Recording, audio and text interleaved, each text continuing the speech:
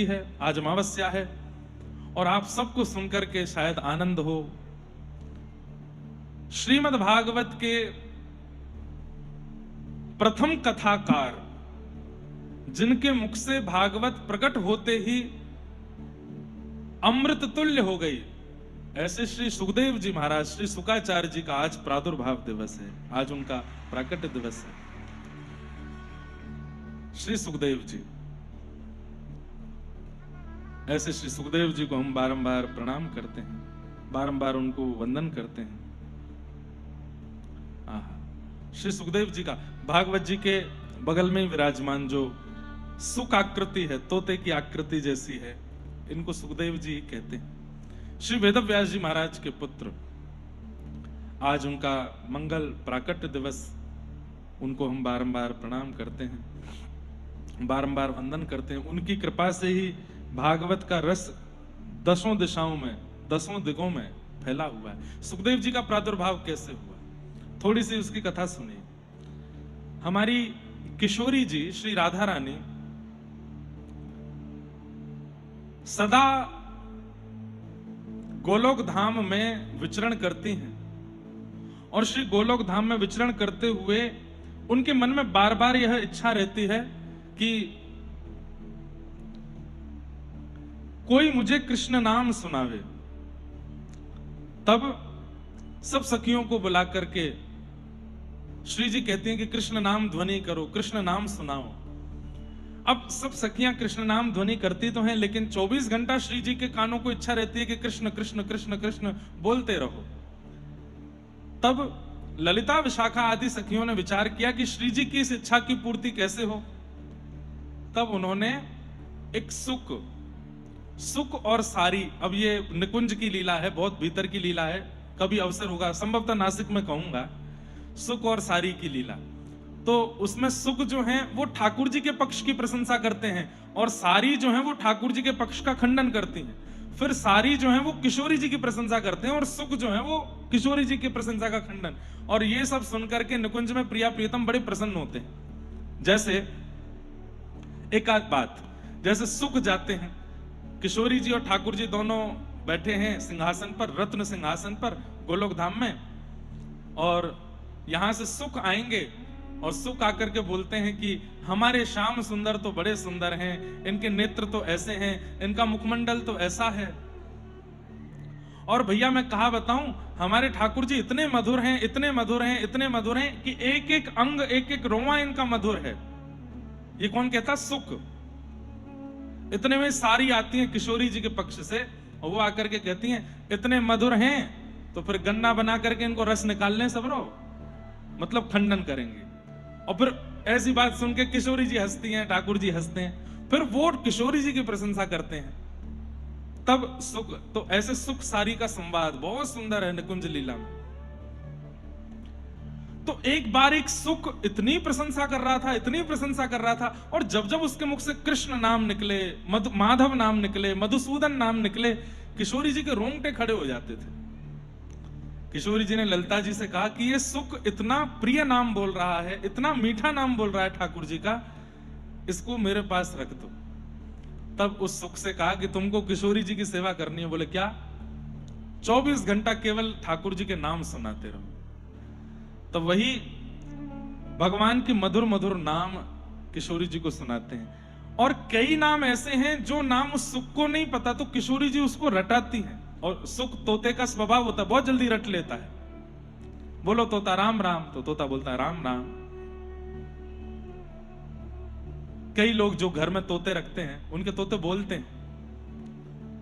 जैसे बड़ी बूढ़ी माता जी है तो मम्मी कह के बोलता है उनको, बच्चों के नाम बोलता है, बड़े अच्छे लगते हैं तोते जब बोलते हैं। तो सुखदेव जी वही सुख हैं और किशोरी जी के सदा कंधे पे बैठे रहते हैं या हाथ के ऊपर यहां बैठे रहते हैं। कभी कभी सिर पर आकर के यहाँ जो किशोरी जी चंद्रिका धारण करती हैं उसके कोने पे आके बैठ जाते हैं और बस क्या करते हैं, पूरे समय बस नाम गाते रहते हैं, माधव मधुसूदन गोविंद मुरारी, यही नाम बोलते रहते हैं। एक बार ठाकुर जी सन्मुख आए और जैसे ही ठाकुर जी का आगमन हुआ तो सब सखियों ने ठाकुर जी को प्रणाम किया, लेकिन वो तोता इतना ज्यादा नाम गायन में तल्लीन हो गया था, उसने ठाकुर जी को प्रणाम नहीं किया। तब किशोरी जी को यह बात अच्छी नहीं लगी, तुम नाम गाते हो 24 घंटा, उनका नाम सुनाते हो, तुमने उनको प्रणाम क्यों नहीं किया? तो सुक ने जिज्ञासावत किशोरी जी से कहा, ऐसा उनमें क्या है कि हम उनको प्रणाम करें? वो प्रणाम के योग्य क्यों हैं? ऐसी उनकी महिमा क्या है? कृपा कर मुझे बताओ। तब किशोरी जी बोले, तुझे ठाकुर जी की महिमा नहीं पता? ठाकुर जी का रूप स्वरूप नहीं पता? अब मैं बताने बैठूंगी तो मेरी तो समाधि लग जाएगी, लेकिन जब तक तुम उनकी महिमा सुन करके समझ के नहीं आओगे तब तक अब मेरी सेवा में नहीं रह सकते। तो अब जाओ पृथ्वी पर जाकर के योग्य आचार्यों से उनकी महिमा सुन के आओ। तब श्री शुकाचार्य जी पृथ्वी पर आए और पृथ्वी में आकर के अमर कथा चल रही थी, महादेव पार्वती जी को सुना रहे थे। वहीं पहुंचे श्री सुखदेव जी, और जैसे ही पार्वती जी को अमर कथा सुना रहे थे महादेव, और कह रहे थे कि बस मैं आंख बंद करके कथा करूंगा, तुम बीच बीच में ओम शब्द का उच्चारण करती रहना। पार्वती जी ओम शब्द का उच्चारण कर रही थी, लेकिन जैसे ही रास का प्रसंग आया, जो आज कथा में आएगा, रास का प्रसंग आते ही पार्वती जी इतनी भाव विभोर हो गई कि ओम शब्द का उच्चारण करना भूल गई। तभी बगल में बैठे हुए सुखदेव जी, महादेव को नहीं पता था कि सुखदेव जी कथा सुन रहे, पार्वती जी को भी नहीं पता था, वो तो नेत्र बंद करके मगन होकर कथा चल रही थी। तो पार्वती जी के स्वर में ओम शब्द का उच्चारण सुख ने करना प्रारंभ कर दिया कि कहीं कथा रुक ना जाए। और सप्ताह कथा विश्राम होते ही महादेव ने जैसे ही डमरू बजाया, जय जयकार करी, कथा का विश्राम हुआ, पार्वती जी के नेत्र खुले और तुरंत महादेव के चरणों में प्रणाम करके कहा, बहुत सुंदर रास का प्रसंग सुनाया, अब इससे आगे का विषय सुनाओ। महादेव बोले, रास तो 2 दिन पहले हो गया, रास हो गया, रास के बाद ठाकुर जी कंस वध कर आए, रुक्मिणी विवाह हो गया, महाभारत युद्ध हो गया, द्वारिका बस गई, यदुवंशियों को श्राप लग गया, सब कुछ होकर के ठाकुर जी अपने धाम को प्रस्थान, पूरी कथा हो गई देवी, तुम अभी तक रास पे ही हो। बोले हाँ, आपने रास सुनाया, और जैसे ही आपने कहा कि आप गोपेश्वर बनकर के वहां गए, तो सुनते सुनते मेरे मन में आया, जब ये रास में गए थे तो मुझे क्यों नहीं लेके गए?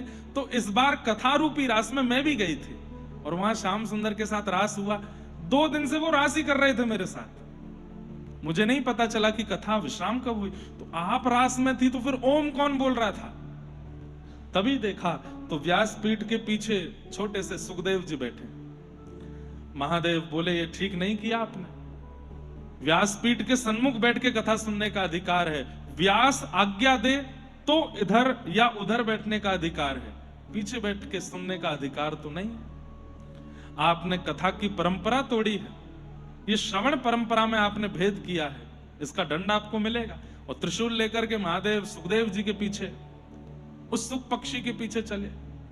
वही पक्षी उड़ता हुआ हिमालय की कंदराओं में होता हुआ बद्रिकाश्रम पहुंचा।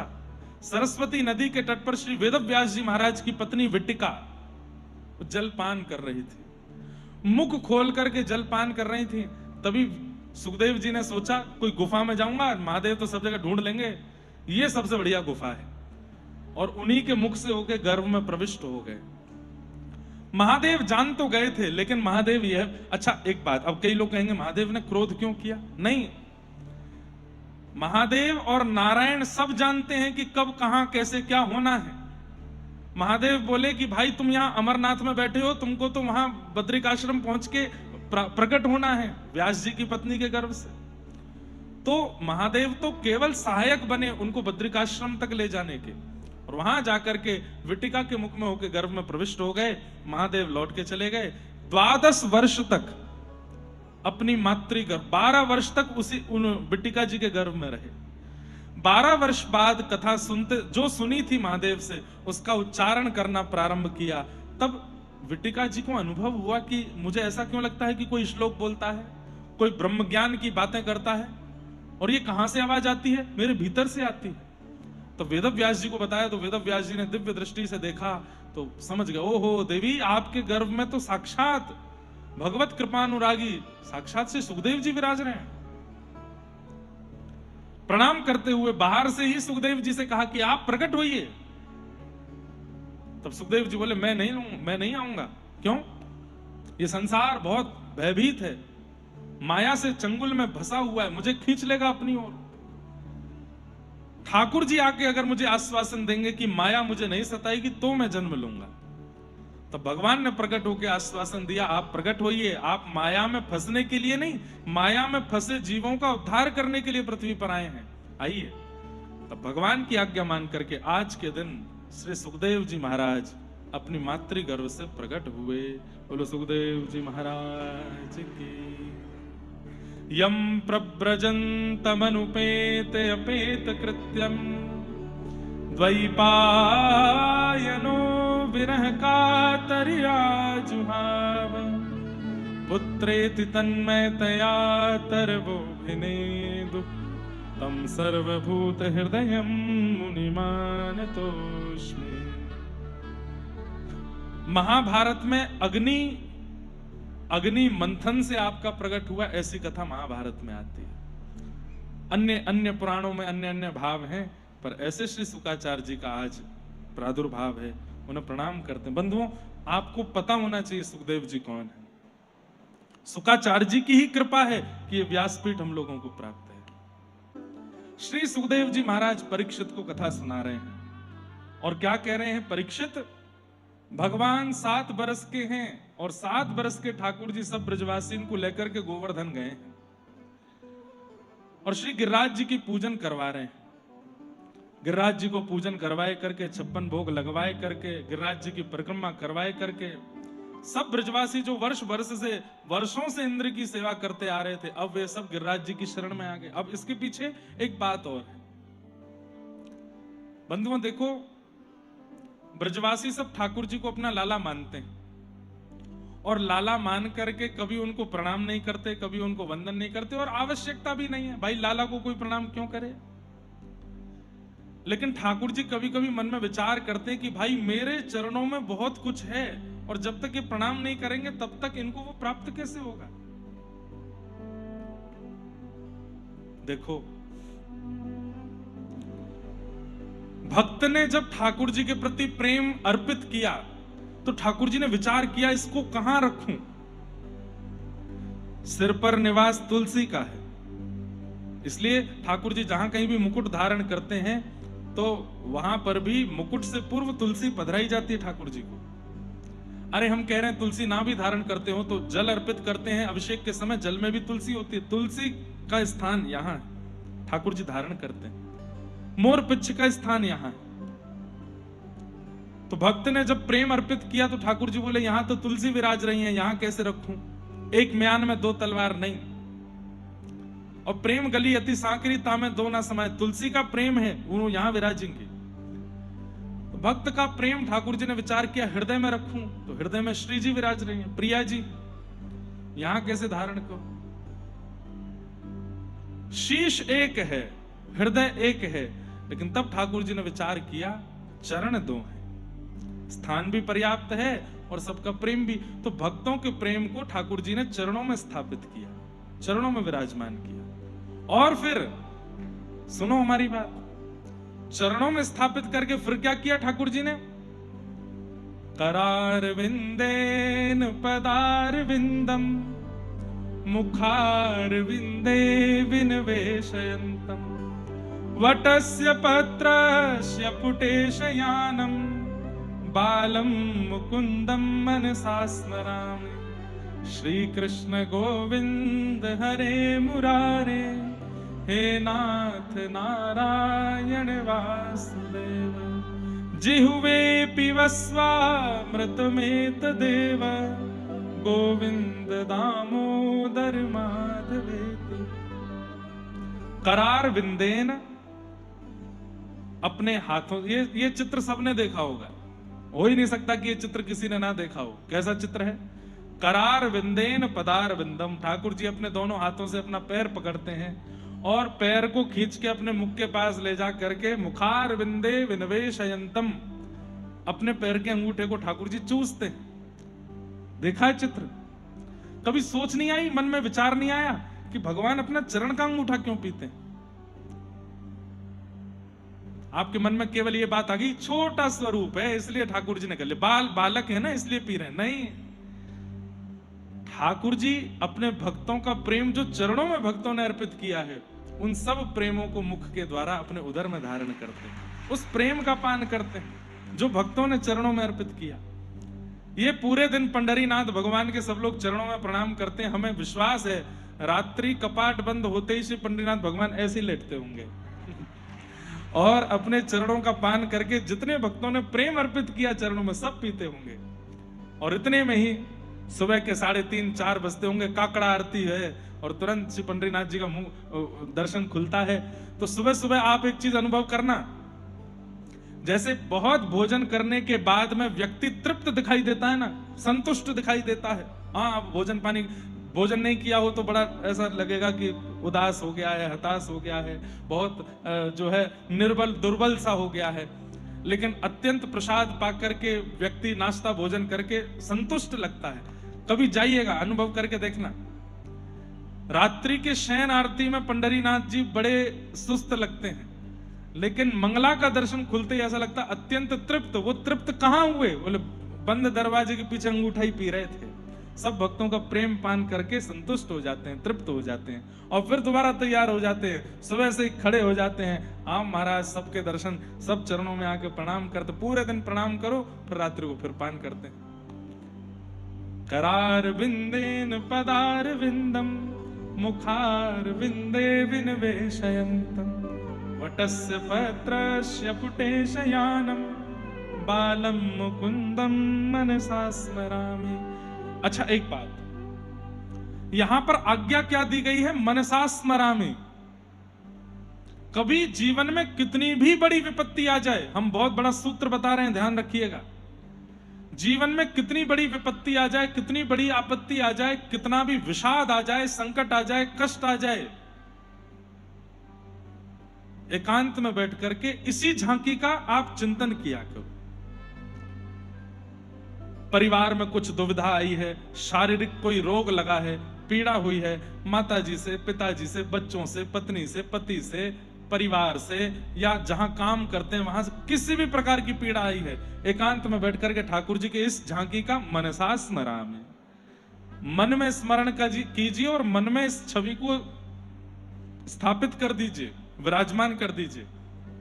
और थोड़ी देर तक नेत्र बंद करके श्री कृष्ण गोविंद हरे मुरारे हे नाथ नारायण वासुदेव, ये कीर्तन करते रहिए और इस छवि का चित्त में स्मरण करते रहिए। आप अनुभव करेंगे धीरे धीरे जो परिस्थिति है वो संभलने लगेगी, जो हाथ से जा चुकी लग रही थी वो संभलने लगेगी, धीरे धीरे वो संजोने लगेगी। और बस थोड़ा धैर्य रखिएगा, उसके बाद थोड़ा समय को निकलने दीजिएगा, बस उस छवि का नित्य चिंतन करते रहिए। श्री कृष्ण गोविंद हरे मुरारे हे नाथ नारायण वासुदेवा। कुछ समय में ही वो परिस्थिति चल जाएगी, टल जाएगी और सब मंगल में हो जाएगा। ये इस झांकी का बहुत बड़ा रहस्य है। करार बिंदे न पदार बिंदम मुखार बिंदे विनवेशयन्तम वटस्य पत्रस्य पुटे शयानम बालम मुकुंदम मनसा स्मरामि। तो भक्तों का प्रेम ठाकुर जी ने चरणों में स्थापित रखा है। हम भक्तों को ठाकुर जी ने चरण दिए हैं, बोले यहां चढ़ाओ जो चढ़ाना है। तो ठाकुर जी ने मन में विचार किया, ये ब्रजवासी मेरे चरणन में प्रणाम तो करे ना है। कभी कभी ठाकुर जी कह भी देते, हे मधुमंगल चला जनक प्रणाम कर ले। बोले हम बे तू कर ले मुझे प्रणाम। ए लाला तू भगवान थोड़ा ही है, तू कोई देवता थोड़ी है तो प्रणाम करेंगे हम, और तू कोई हमारा गुरु थोड़ा ही है। ठाकुर जी बोले एक दिना तो ऐसा आवेगो तुम सबरे मुंह को प्रणाम करोगे। तो आज ठाकुर जी ने प्रतिनिधि रूप में श्री गिरिराज जी को प्रणाम करवाया। मुझे सीधे तो मुझे प्रणाम नहीं करेंगे, ठाकुर जी की इच्छा है सब ब्रजवासियों का प्रेम स्वीकार करने की, वो सहज रूप में तो कर ही रहे हैं, पर ठाकुर जी का नियमित रूप से प्रेम पान करने का तरीका तो यही है ना, तो चरणों में प्रणाम हो नहीं रहा है। तो आज ठाकुर जी श्री गोवर्धन लेकर के गए सब ब्रजवासियों को, परिक्रमा कराई, पूजन कराया, अभिषेक कराया, 56 भोग लगवाया और सब कुछ अर्पित कराने के बाद ठाकुर जी ने अपने चरणों में गिरिराज रूप धारण करके प्रणाम करवाया। 4 भुजा वाले ठाकुर जी बन गए और गिरिराज जी के ऊपर प्रकट हो गए। लाओ ब्रजवासियों भोग, लाओ ब्रजवासियों भोग। अब एक रूप से ठाकुर जी नीचे खड़े हैं और एक रूप से विशेष श्रृंगार करके ऊपर ठाड़े हैं। और सब ब्रजवासी कह रहे हैं लाला हम तो पूजा करते करते बूढ़े है गए, पर वाह इंद्र ने कभी दर्शन ना दियो। ये तेरो गिरिराज बाबा कितनो चोखो है, नेक सी पूजा ते प्रकट है क्यों। ठाकुर जी बोले देख लो, अब चलो सबरे प्रणाम कर लो इनको। तो इस बहाने सब ब्रजवासी अपने घर घर की 56 भोग लेके जाते हैं और श्री गिरिराज बाबा को पवाते हैं और चरणों में प्रणाम करते हैं। ठाकुर जी दूर पुजारी बन के खड़े हैं और सब गोपियों को समझा रहे हैं, हेरी जाए के ऐसे तिलक करियो और वाके बाद ऐसे आरती करियो और फिर राई नोन करियो और फिर का सामग्री बना के लाइए, अच्छा जे वाली सामग्री पवाई दियो। पुजारी बन के सबका गाइडेंस कर रहे हैं कि पूजा कैसे करनी हो। पूजा करवा किसकी रहे? अपनी। आप ही पूजे आप पुजावे।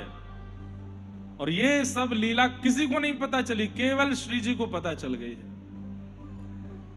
और नेत्र प्रेमाश्रुओं से बढ़ गए हमारी किशोरी जी के, और दूर बैठी बैठी देख करके मन में विचार कर रही है, यह लीला सब करत कन्हाई, यह लीला सब करत कन्हाई, एक रूप सो गिरधर पूजे, एक रूप सो गिरधर पूजे, एक रूप पूजवाई,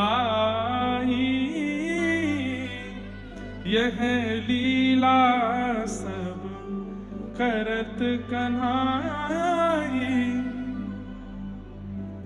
और किशोरी जी का मन रूपी मयूर तो तब नृत्य करने लगा जब ठाकुर जी नंद बाबा यशोदा के संग स्वयं गए ऊपर गिरिराज जी पर। एक एक करके परिवार के लोग जा रहे हैं ना प्रणाम करने, तो अब ठाकुर जी गए और ऊपर जाकर के जैसे तिलक कियो, अक्षत चढ़ायो, आरती करी। तो आरती कर रहे हैं, अब किशोरी जी क्या देख रही हैं? बोले खुद ही अपनी ही आरती कर रहे हैं। कोई व्यक्ति आज शाम को एक काम करना, करोगे? घर पे जाना, बड़ा वाला दर्पण हो ना, शीशा, उसके सामने खड़े होके अपने आप को देख के करना, कैसा लगेगा? आप लोगों को तो अच्छा लगेगा, लेकिन कोई और देख रहा होगा तो वो हंसेगा नहीं। वाह भाई, देखो ये कैसी लीला कर रहे हैं। तो श्री जी को वही दिख रहा है। श्री जी कह रही है देखो अपनी ही बलैया ले रहे हैं, अपना ही तिलक कर रहे हैं। और फिर यशोदा मैया मोहनथार बाटी बना के लाइए, तो मोहनथार उठा के अपने रूप से कह रहे हैं मुंह खोलो। तो गिरिराज जी जो बने वो क्या कह रहे हैं, इतना बड़ा ना खाऊंगा, नेक्स्ट नहीं पूरा खाना पड़ेगा, मुंह खोलो पूरा। तो पूरा मुंह खोल करके उनको पवा रहे हैं। और पवाने के बाद में फिर गिरिराज बाबा के मुख में जो नेक्सो से बच गयो, गिरिराज बाबा अपने मुख से निकाल के उनको पवा रहे हैं। ये सब झांकी देख के दूर खड़ी हुई किशोरी जी दोनों की बलैया ले रही हैं। आज या छवि की बलिहारी, सूरदास या छवि की शोभा, सूरदास या छवि की शोभा, इन नैनन सो डरत नटारी, इन नैनन सो डरत नटारी। सूरदास जी कह रहे हैं ये छवि मेरे नेत्रों से जा नहीं रही है। एक बात बताएं बंधुओं, कृष्ण लीला ना जब तक इमेजिनेशन नहीं करोगे तब तक आपको आनंद नहीं आएगा। आप सुन रहे हैं एक बात, लेकिन तत्श्रुण्वन प्रपठन विचारण परो, यहीं बैठे बैठे जब हम बोलते हैं उसी समय नेत्र बंद करके चिंतन भी कर लिया करो। कैसी झांकी है। श्री गिरिराज पर्वत का निर्माण करो, गिरिराज पर्वत पर 56 भोग का निर्माण करो, उसके ऊपर 4 भुजा वाले गिरिराज जी बैठे हैं और वैसे ही रूप वाले 2 भुजा वाले कृष्ण खड़े हैं, और वो कैसे पूजा कर रहे हैं, कैसे आराधन कर रहे हैं, ये सब चिंतन करना है, तभी सुख मिलता है।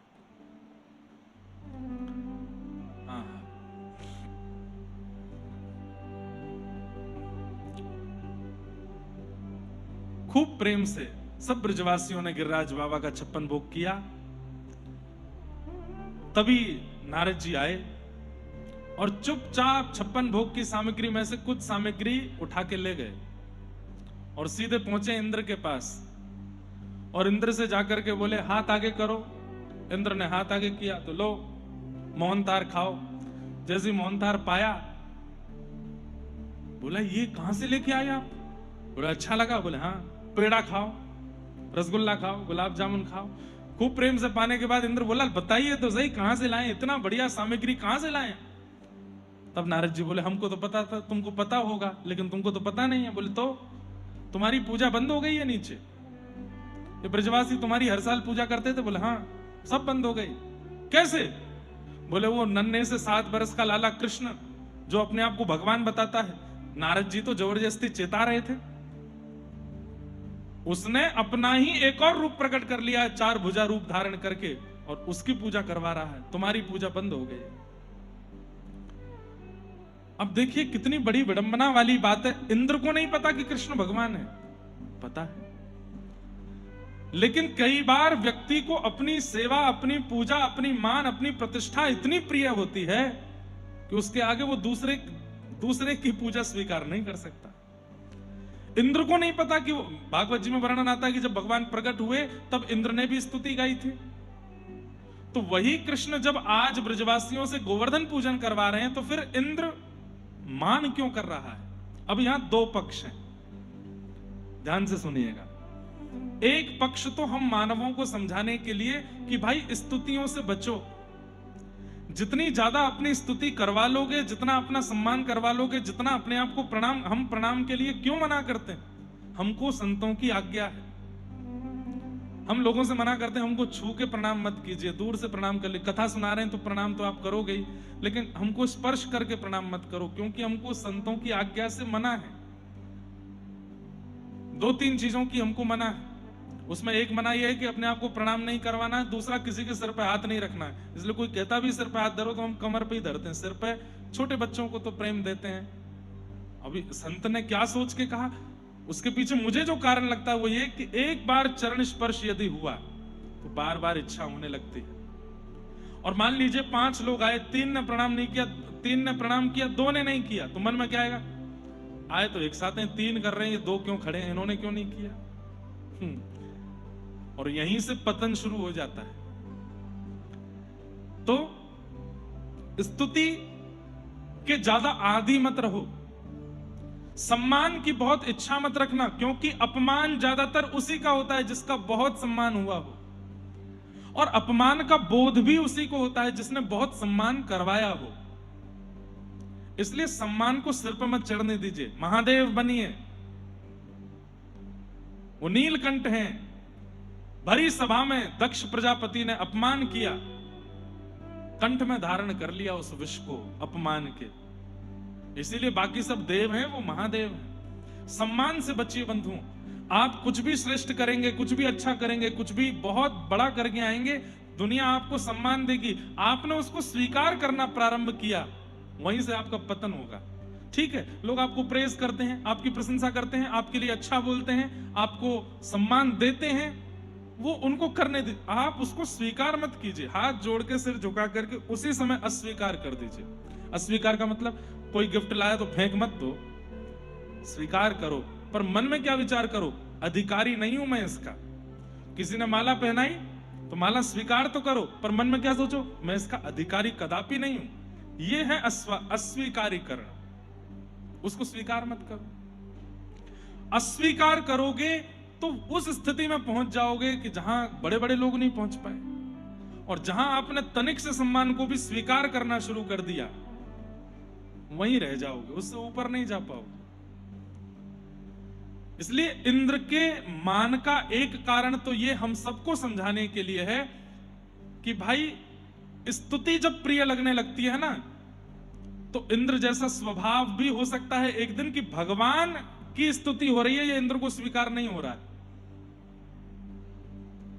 कहीं ऐसा हम ना कर बैठे, इसलिए ये बात बताई जा रही है। और दूसरा पक्ष बहुत सुंदर है। दूसरा पक्ष क्यों सुंदर है? बीच बीच में ये देवता भगवान के पास आते रहते हैं। तो एक बार इंद्र ने भगवान को यमुना जी के तट पर आकर के प्रणाम किया। बोले भगवान आपकी इतनी सुंदर लीला चल रही है ब्रज में, हम तो देख करके आनंदित हो रहे हैं। ठाकुर जी बोले तुमको हमारा एक काम करना। बोले क्या? बहुत ध्यान से सुनिएगा, सब लोग इधर देखो। तो भगवान ने इंद्र से कहा कुछ दिन बाद हम ब्रजवासियों को अपने चरणों में प्रणाम करवाएंगे, पर ये मुझे प्रणाम नहीं करेंगे, मेरे प्रतिनिधि श्री गिरिराज जी को प्रणाम करेंगे। और उसके लिए हम तुम्हारी पूजा बंद करवाएंगे।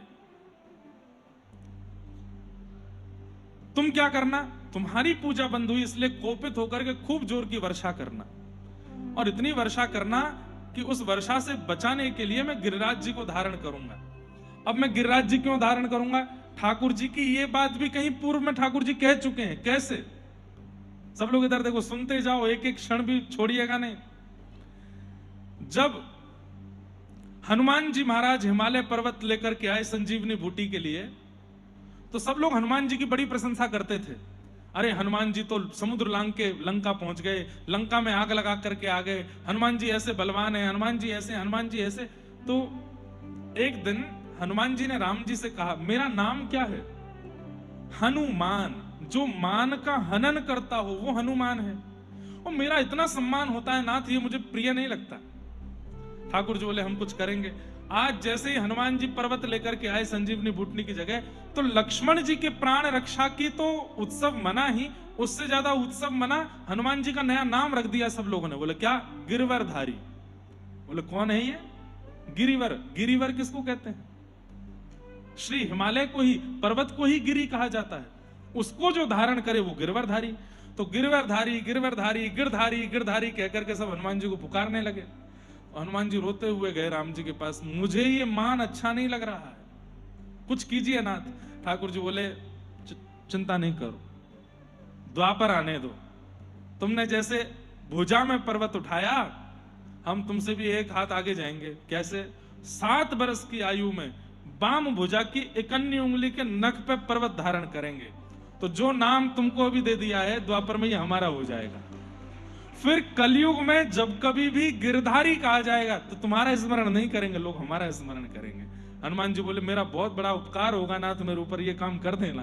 तो ठाकुर जी ने इंद्र को ये बात बताई। बोले हमको गिरिराज जी धारण करने हैं, ताकि कलयुग में गिरधारी नाम से लोग हमको ही जाने। ये हनुमान जी को हमने वचन दिया है, तो उसके लिए तुमको मेघमाला से वर्षा करनी पड़ेगी। वर्षा जब होगी तब छतरी तो होगी नहीं, इतनी विशाल छतरी के रूप में हम पर्वत उठा लेंगे। 7 दिन तक ब्रजवासी हमारे समीप रहेंगे और ज्यादा हमसे प्रेम हो जाएगा, और 7 दिन बाद वर्षा विश्राम कर देना, तो फिर हम वापस धारण कर देंगे। हनुमान जी की इच्छा पूरी, ब्रजवासियों का प्रेम पूरा, सब कुछ बिल्कुल लीला सेट हो जाएगी। तो दूसरी परिस्थिति में इंद्र को पता है कि ये भगवान है, पर ठाकुर जी ने ही कहा है कि ये करना। जैसे राम कथा में कैकेयी जी को राम जी ने कहा है कि आप ही कर सकती हैं मुझे वन में भेजने की योजना पूरी, मेरा वन में जाना बहुत जरूरी है मां, वहां इतने भक्तों को दर्शन देना है, वहां सबरी को दर्शन देना है, जटायु का उद्धार करना है, वहां जाके विभीषण को स्वीकार करना है, और ये सब नहीं हो पाएगा अगर मैं यहां रहूंगा। तो कैकेयी माता को राम जी ने ही कहा है कि आप ये करो, और तब समय आने पर कैकेयी मैया ने 2 वरदान मांग करके उसमें एक वरदान 14 वर्ष राम वनवास। दशरथ जी आश्चर्य में है कि कैकेयी कैसे मांग सकती है ऐसा। और कैकेयी मैया के प्रसंग आप कभी सुनेंगे ना। एक बात बोलूं, महाभारत और रामायण, इसमें जिनके भी नाम क से शुरू होते हैं उनका चरित्र अद्भुत ही है। काकभुसुंडी, कैकेयी, यहां पर कृष्ण कथा में आ जाओ, कुंती, कर्ण, कृष्ण, कौन्तेय, अर्जुन। ये कोई ऐसी प्रमाणित बात नहीं है, लेकिन मेरे मन में ऐसा आता है कि क अक्षर से जिनके भी नाम हैं, राम कथा में हो चाहे आप अभी मैं और नहीं सोच पाया हूं, सोच लीजिएगा। केसरी नंदन हनुमान जी, जिनके भी नाम क से प्रारंभ हुए हैं, चाहे राम कथा में हो चाहे कृष्ण लीला में हो, उनका चरित्र प्रेरणादायक है, मानव को कुछ सिखाएगा, मानव के सीखने के लिए। कर्ण का जीवन जरूर देखिए एक बार, भले ही वो कौरव पक्ष का था। तो इस प्रकार इंद्र के द्वारा जो ये लीला हुई है, इसके बारे में इंद्र को पहले से पता था। ये तो ठाकुर जी पूरा स्क्रिप्टेड करते हैं ना हम लोगों को ज्ञान देने के लिए। आकाश में मेघमालाएं गरजने लगी, गड़गड़ करके बादल गरजने लगे। ब्रजवासी बोले हम तो पहले ही मना कर रहे, या गिरिराज बाबा की पूजा मत करो, वह इंद्र की पूजा मत छोड़ो, है क्यों नाराज? ठाकुर जी बोले ऐसा मत करो भैया, जिनकी शरण में आए उन पर भरोसा करो, विश्वास करो। ब्रजवासी बोले अब हमें कोई ना बचा पाएगो, अरे प्रलय आ जाएगो, पूरी नगरी डूब जाएगी, सब जल निमग्न है जाएगो। अविश्वास होने लगा। ठाकुर जी चमत्कार नहीं कर रहे हैं कृष्ण लीला में, लेकिन ठाकुर जी के मन में आया कि अगर अभी नहीं किया तो इनके मन में विश्वास नहीं हो पाएगा। और चमत्कार ठाकुर जी ने कोई मंत्र पढ़ के या कोई विद्या से गिरिराज जी उठाए नहीं, सब ब्रजवासियों को इकट्ठा करके ले गए। बोले गिरिराज जी से प्रार्थना करो, ये रक्षा करेंगे। अरे ये पर्वत हमारी रक्षा कैसे करेगा? बोले करो तो सही। सब ब्रजवासियों ने हाथ जोड़ के प्रणाम किया। ठाकुर जी ने गिरिराज जी से कहा, हे गिरिराज बाबा, या इंद्र के कोप से हमारी रक्षा करो, मैं तो बालक हूं, पर कृपा करके आप हम सब पर अनुग्रह करो। और इतने में ही ठाकुर जी ने दोनों भुजाओं से जैसे ही गिरिराज जी को अधर किया, मानो रुई के फोहे के तरह गिरिराज जी हल्के हो गए और एक तरफ से अधर हो गए। 7 बरस के ठाकुर जी भीतर प्रविष्ट हो गए और अपने बाम हस्त की कन्नी उंगली के नख पर जैसे ही उठाए हैं, बोलो गिरिवरधारी गोपाल की। श्री गिरिराज जी धारण है गए। सब ब्रजवासियों को ठाकुर जी ने बोला, आ जाओ सबरे आके ठाड़े है जाओ। जैसे ही सबने देखो, अरे लाला ने पहाड़ उठा लियो, लाला ने पहाड़ उठा लियो। सब ब्रजवासी गए और अपनी अपनी छड़ी लगा करके खड़े है गए। अब ठाकुर जी तो खड़े ऐसे और सब ब्रजवासी खड़े ऐसे, अपनी अपनी छड़ी लगा ली है नीचे। मतलब ये तो वही बात हो गई, पंडाल अपने वो लोहे की रोडों पर खड़ा है, लेकिन फिर भी आप में से कोई बहुत बड़े महानुभाव बड़ा डंडा लेके आए और नीचे आके ऐसे खड़े हो जाएं। आप लोग चिंता नहीं करो, मैंने पंडाल साध रखा है पूरा। ऐसी स्थिति हो गई।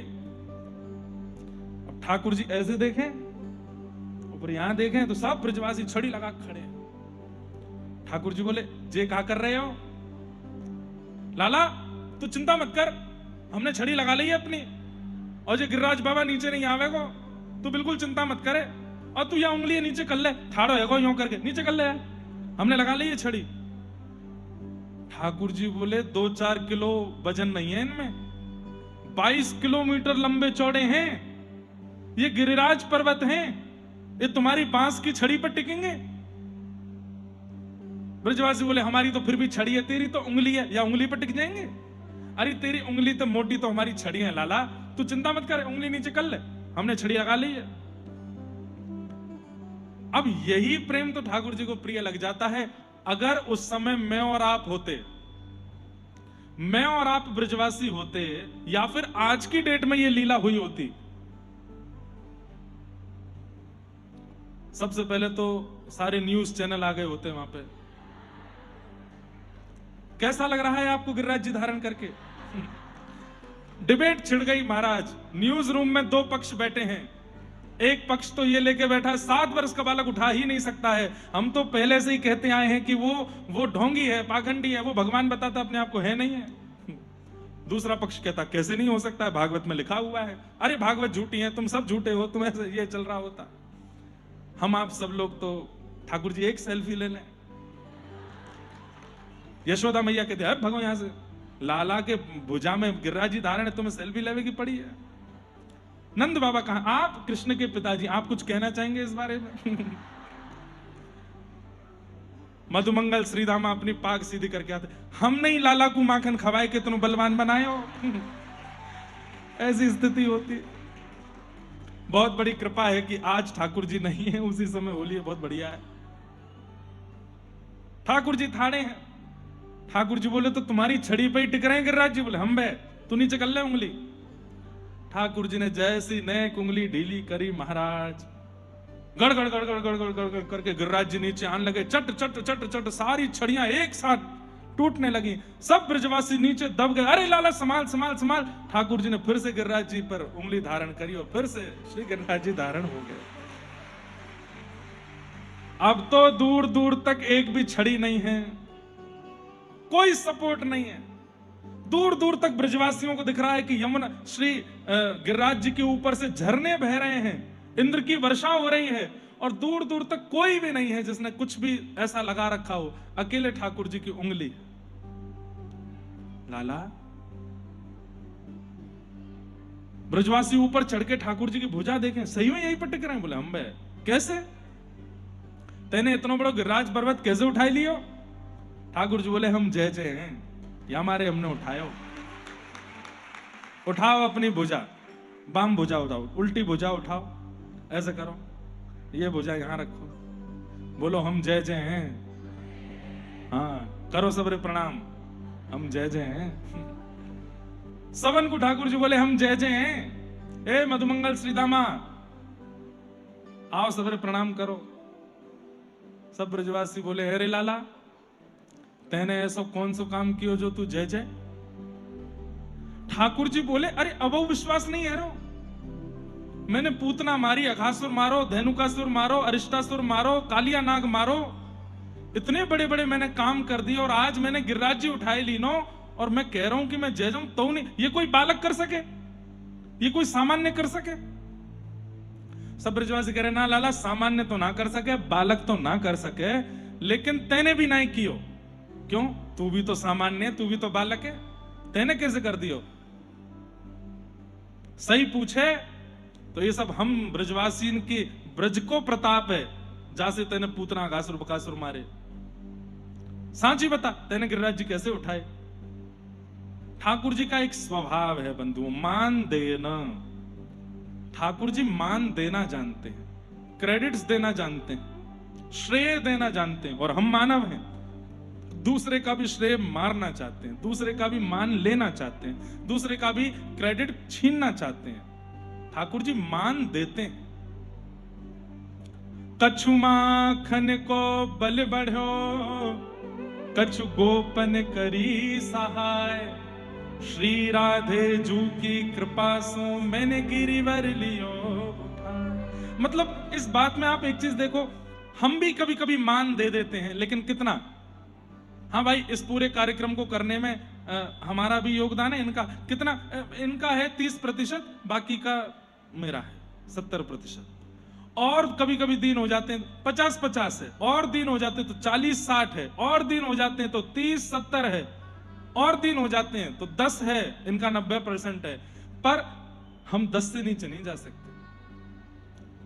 10% क्रेडिट तो चाहिए कि मैंने किया।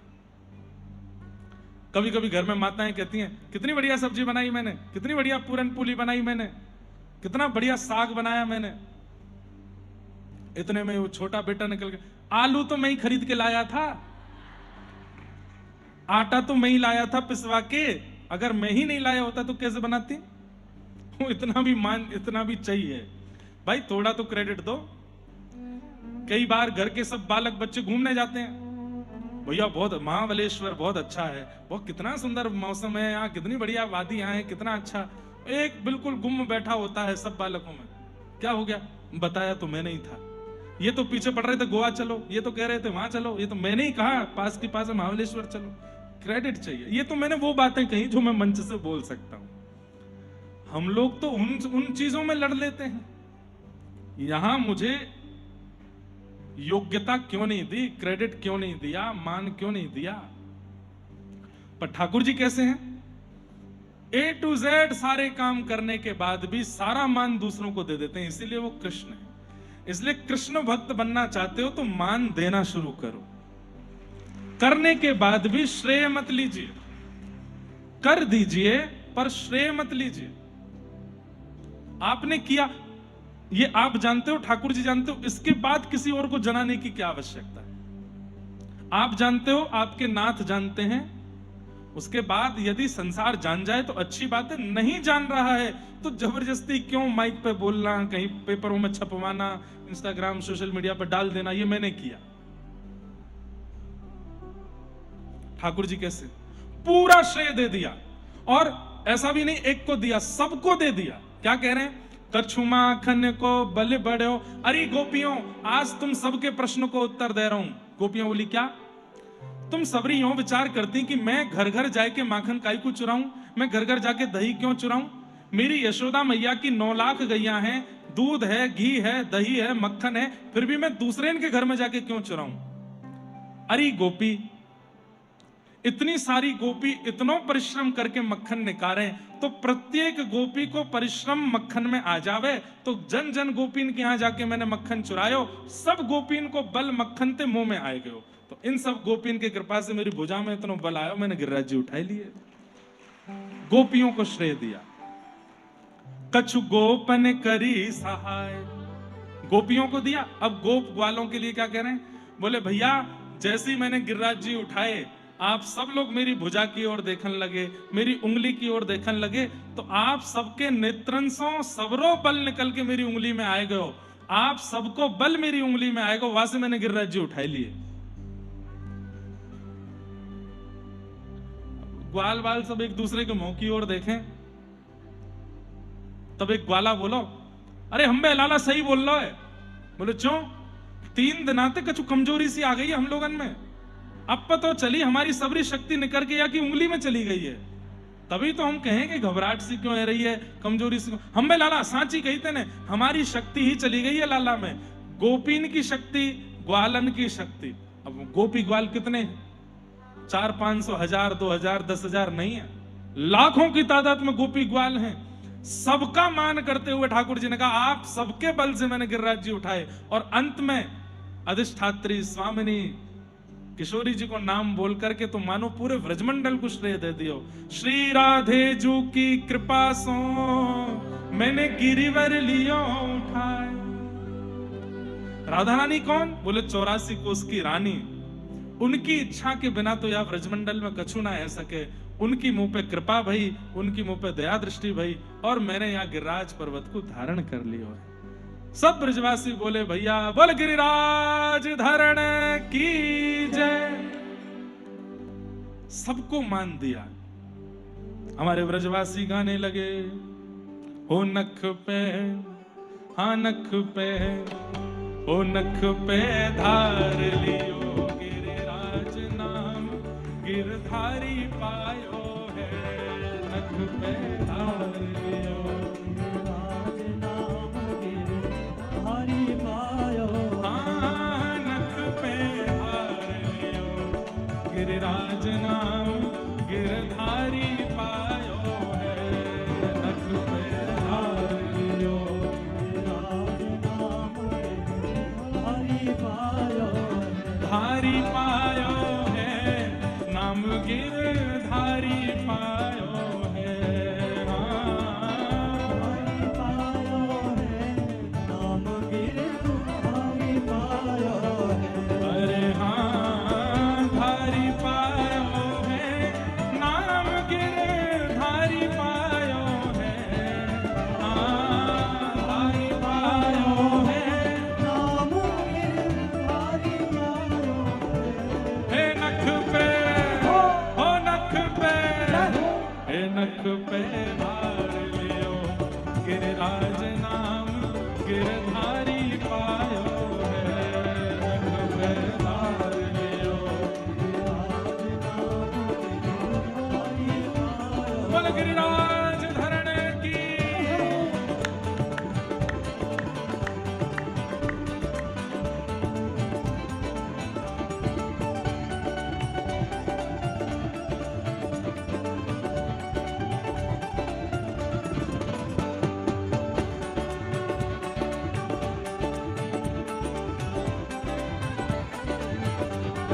गिरवरधारी गोपाल की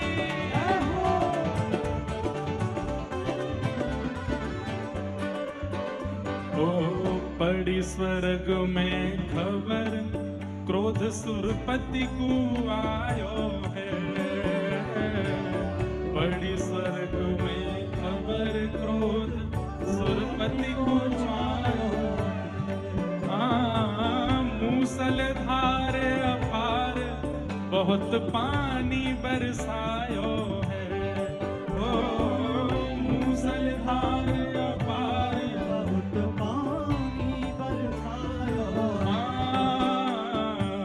पड़ी न ब्रज में बूंद, इंद्र देखत घबरायो है। पड़ी न ब्रज में बूंद, इंद्र देखत घबरायो है। क्यों? हे ब्रजवासी सब कहे, कृष्ण गिरिराज उठायो है। हाँ ब्रजवासी सब कहे, कृष्ण गिरिराज उठायो है। कृष्ण गिरिराज उठायो है।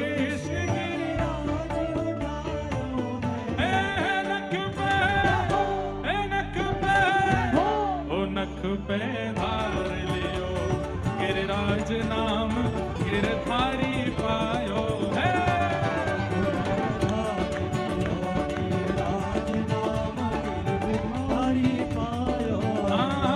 नख पे धार लियो, गिरिराज नाम गिरधारी पायो है।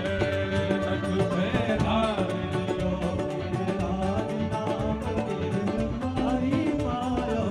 धारी पायो है, नाम गिरधारी पायो है। धारी पायो है, नाम गिरधारी पायो नख पे हो, नख पे हो, नख पे धार लियो, गिरिराज नाम गिरधारी पायो है। नख पे धार लियो, गिरिराज नाम। बोलो राधा गिरधर लाल की।